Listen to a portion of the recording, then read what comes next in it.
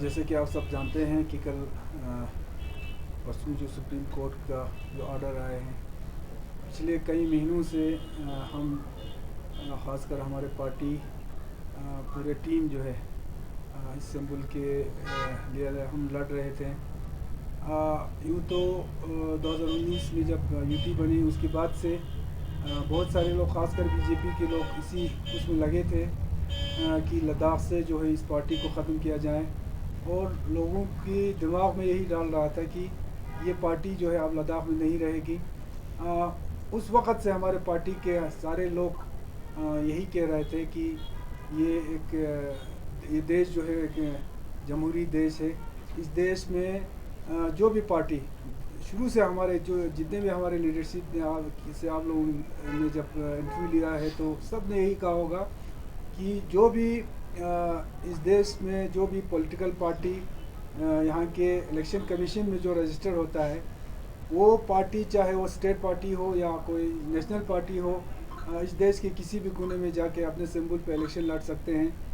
हाँ, उसमें national party बनने के लिए उसमें कुछ नॉर्म्स है, ये हम डे वन से कह रहे हैं। और हमने जो नॉर्म्स, जो लॉ है, जो कानून है, उसको देख के हम बता रहे थे, लेकिन ज़बरदस्ती बीजेपी जो है लोगों के दिमाग में, और कोशिश भी ये कर रहे थे किसी सूरत से इस पार्टी को जो है लद्दाख से ख़त्म किया जाए। अल्लाह का शुक्र है और हम शुक्रगुज़ार हैं हमारे ऑनरेबल सुप्रीम कोर्ट का। आज जुडिशरी पे आज ये जीत जो है वो एक जमहूरी निज़ाम पे यकीन रखने वालों की जीत है। जुडिशरी पे जो हमारे लोग यकीन रखते हैं उनकी जीत है। और मेहनत जो की है हमारे पार्टी ने, क्योंकि एक तरीके से बीजेपी वाला यही सोच रहा था कि ये पार्टी ज़्यादा से ज़्यादा जो है हाई कोर्ट तक जाएंगे और उससे आगे कहाँ तक जाएंगे, लेकिन ये हमारे पार्टी के कायदीन, ख़ुसूसन हमारे उमर साहब का हम शुक्रगुज़ार हैं। वो बिल्कुल चट्टान की तरह खड़े रहे और हमारे टीम जो इसके पीछे लगे थे उनके सपोर्ट किया और सुप्रीम कोर्ट तक इसको पार्टी ने लिया, और आखिरकार जमहूरियत की जीत हुई। और ये पूरा लद्दाख के आवाम की जीत है, क्योंकि लद्दाख में आज के डेट में ये बहुत ज़रूरी था। क्योंकि हमारे पास ले दे के अगर जमहूरी निज़ाम अगर कहीं बोले तो यही कौंसिल है जहाँ पे हमारे लोग अपने मर्ज़ी से अपना एक वोट, जो उनके कीमती वोट होता है, उसका इस्तेमाल करके जो है अपने पसंदीदा कैंडिडेट को चुन के, अपने पसंदीदा लीडर को चुन के कौंसिल में भेजे। इस चीज़ को भी ख़त्म करने पे तुले हुए थे। आज पूरे लद्दाख के आवाम की जीत है, जमहूरी निज़ाम पे यकीन रखने वालों की जीत है। और आगे तफसीलन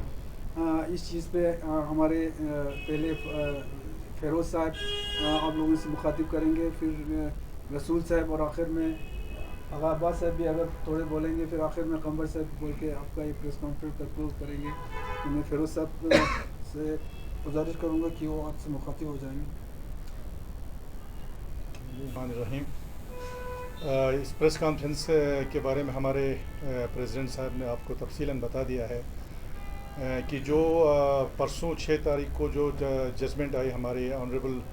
सुप्रीम कोर्ट की तरफ से, जिसमें एक वाज़ेह तौर पर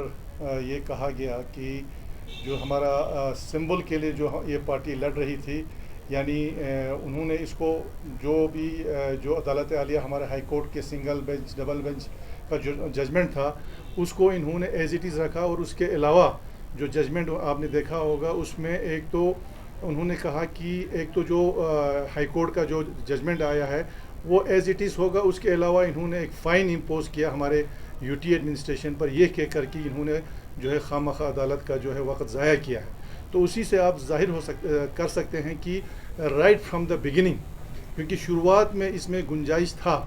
इसमें अब यूटी एडमिनिस्ट्रेशन का क्या कंपल्शन था वो तो हम नहीं जानते हैं। हालांकि आप लोगों को ख़ुद मालूम है कि जो ही नोटिफिकेशन निकलने से पहले हम ऑनरेबल एलजी साहब के पास गए थे, हमारी पार्टी जिसमें मैं ख़ुद भी था, और हमने उनको वाज़ेह तौर पर यह कहा था कि ये जो नेशनल कॉन्फ्रेंस है सर, ये नेशनल कॉन्फ्रेंस इतने सालों से जो है हमारे इस डिस्ट्रिक्ट में, इस रीजन में जो है पॉलिटिकल अपने सिंबल पे इलेक्शन लड़ रहा है। और सबसे बढ़ के एक पॉइंट हमारा ये था कि जो हमारा प्रेजेंट कौंसिल था उसमें हमारी मेजॉरिटी थी, यानी कि 10 हमारे ऐसे काउंसलर थे उसमें जो इस सिंबल पे इलेक्शन लड़के आए थे। तो ये सारे हमने उनको ब्रीफ किया था उसके अलावा भी बावजूद जब उन्होंने नोटिफिकेशन जारी किया तो उन्होंने हमारे जो सिंबल था हमारा नेशनल कॉन्फ्रेंस का, उसको उन्होंने जो नोटिफिकेशन था उसमें से डिलीट किया था। उसमें ये कह के डिलीट किया कि ये जो पार्टी है ये एक स्टेट पार्टी है, लिहाजा स्टेट पार्टीज़ को एक्सेप्ट नेशनल पार्टीज़, हम स्टेट पार्टीज़ को जो है यूटी लद्दाख में रिकॉग्नाइज नहीं कर सकते हैं, क्योंकि उन्होंने एक नोटिफिकेशन निकाला। जबकि क्लियर कट जो है हमारा केस का बेस भी इसी में बना है कि 1968 का एक ऑर्डर है इलेक्शन कमीशन ऑफ इंडिया का, जिसमें ये क्लियर कट इंस्ट्रक्शन है कि आप किसी भी स्टेट, चाहे वो स्टेट हो चाहे वो नेशनल हो, पर्टिकुलरली स्टेट पार्टीज़, वो भी अगर किसी अपने कैंडिडेट को खड़ा करना चाहता है किसी भी इलेक्शन में किसी अदर स्टेट या यूनियन टेरेटरी में, तो उसको इंटाइटल हो जाता है सिंबल के लिए। क्लियर कट इंस्ट्रक्शन है। और यूटी एडमिनिस्ट्रेशन ने ये कहा कि भाई ये चूंकि लोकल इलेक्शन है तो हम इसको रिकॉग्नाइज नहीं कर सकते हैं। लेकिन ये सारा केस जो है आपका, पहले तो इन्होंने इसको हाई कोर्ट में, फिर उसके बाद सुप्रीम कोर्ट तक लिया, और आफ्टर ऑल जो है आज जो है डेमोक्रेसी की जीत हुई है। आज जुडिशरी, जो हमारी हिंदुस्तान की जो जुडिशरी है, उस पर जो लोग यकीन रखते हैं, जो भरोसा रखते हैं, उनका भरोसा और भी बड़ा है। और ये क्लियर कट हम पहले भी बताते हैं कि चूंकि हम एक डेमोक्रेटिक कंट्री में रहते हैं, तो डेमोक्रेसी में जब रहते हैं तो चाहे वो वोटर हो चाहे वो पॉलिटिकल पार्टी हो, जितना ज़्यादा लोगों का पार्टिसिपेशन होगा डेमोक्रेसी में, वोटिंग में, जितने पॉलिटिकल पार्टीज़ को वोटिंग में आपका इलेक्शन लड़वाने में जो है आप अलाउ करेंगे, उतना ये डेमोक्रेसी जो मजबूत होता है। डेमोक्रेसी का ये मतलब नहीं है कि आप पॉलिटिकल पार्टीज़ को इलेक्शन लड़ने नहीं देंगे, लोगों को वोट डालने नहीं देंगे, ये बिल्कुल नहीं है। लिहाजा आज हम बहुत ही मशकूर और ममनून हैं ऑनरेबल सुप्रीम कोर्ट के, और पहले तो हाई कोर्ट के